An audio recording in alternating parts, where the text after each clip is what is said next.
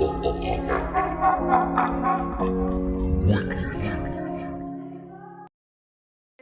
preparing for us.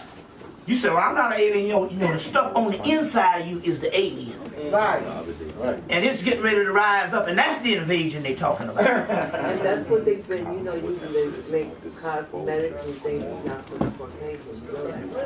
Yeah, all that, you know, that's old stuff. They've been doing that since the 1940s. About 10 years now. What? They've been using the melanin for that. Oh, yeah, been longer than that. Yeah, you know. But I'm just trying to say, all this alien stuff they talking about is to get you to get scared of your own self and your own powers. You see, to get you to, you know, get scared of your own powers. Yeah.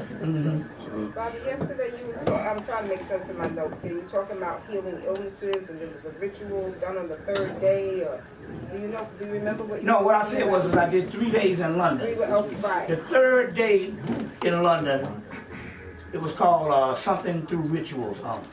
The third day in London, we did 10 hours of rituals. But I talked about, I gave the people the Obatala ritual, which pretty much can heal anything. What's that? You got to order the tape because it's long in detail. But what tape is that? It's called the London series. That's the third day of the London series. African people rising through rituals.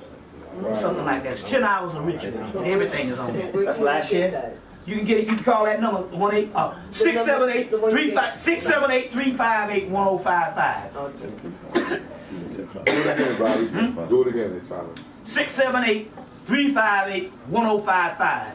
That's the number to order the stimulus packages, the picture package. You really gotta get those. The reason why you gotta get the picture packet is they're gonna be deities, and when these deities contact you, you'll have a record of them in these picture packets because it's 11 by 17. So it's 52 pictures of rare photos.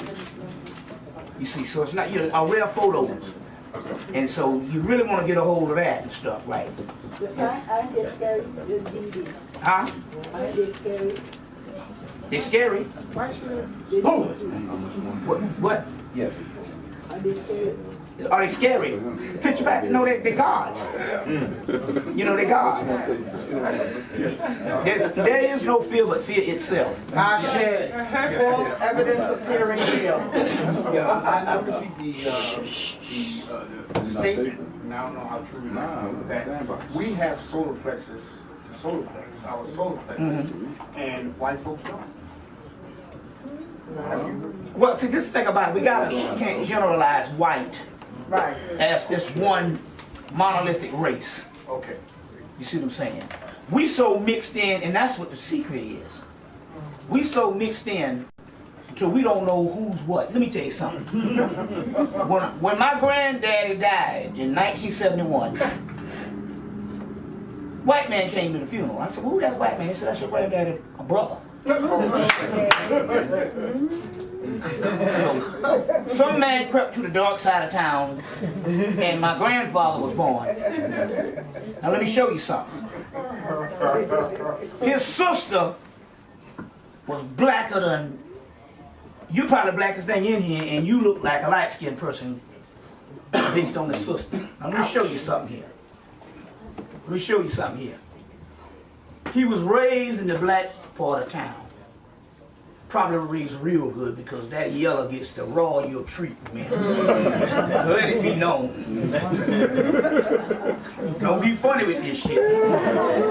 That's right. Niggas love him for yellow. I know one nigga, my friend, used to say, only the yellow shall see God. That nigga was so damn insane. This the same nigga say, if the mothership come, they better have ACC basketball over there. I ain't going. That nigga used to say, only the yellow, and he was blacker than 150 midnights. Some kind of psychological thing. And he got to the point where he just said, only the yellow shall see God. Ain't that some stuff? They had a nigga in college used to go up to the girls and go, I'll kill God for you.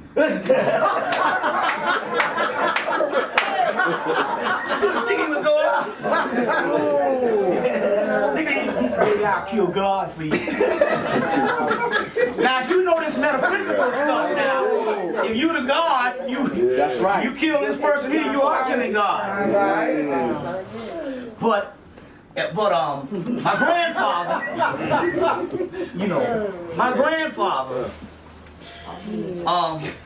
grandfather, he what he did, he was raised in the black part of town and all of this.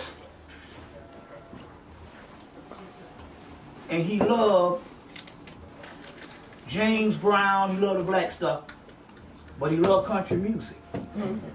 We like, wait a minute, you wasn't even raised around no country music. So obviously it's got to be a genetic thing. There you go.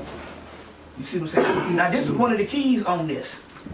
One of the keys on this. That's how I know, because that's how I know anybody ever really listened to some Johnny Cash. Yeah. Some real awesome shit, because come to find out he used to visit the black. He got black in his music. Yeah, he used to visit. He used to visit the black side of town, the honky tonks and the churches and stuff. Oh yeah. Just like Elvis. When you listen to it and stuff, a lot of rappers listen to it and stuff because he tells such stories and stuff.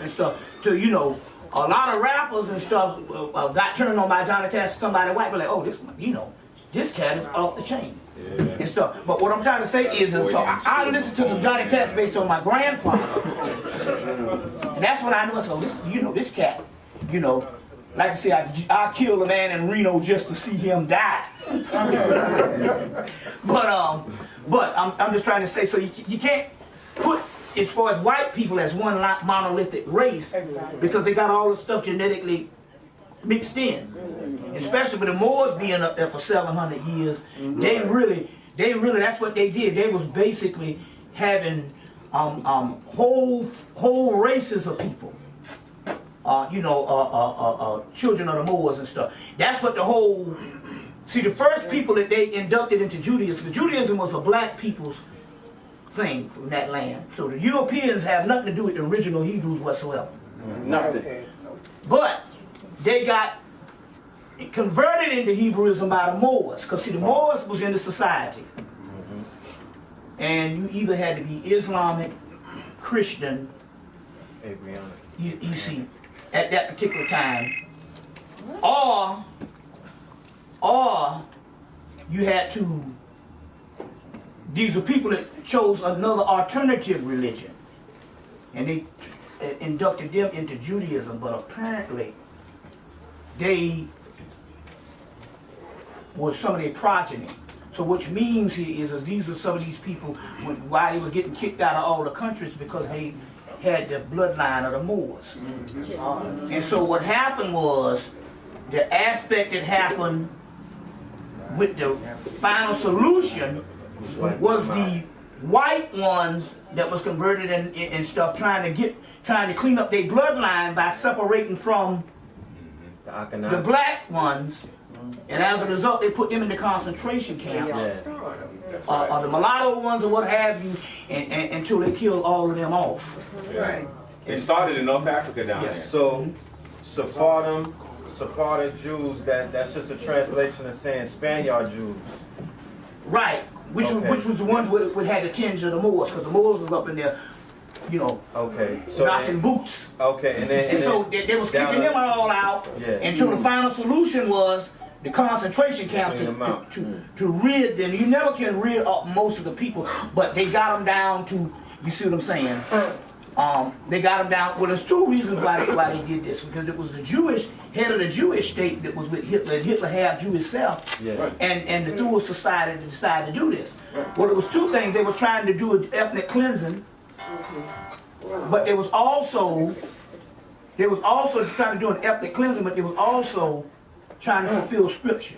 See, the scriptures in the book of Daniel of a people being in bondage in the modern world only registered with black people in the diaspora. So in order to steal that birthright, they had to go through the whole concentration camp thing so that they could line up with the scriptures of Daniel, which was talking about us. You see what I'm saying? But it clearly states we was in this land for 400 years, not 6.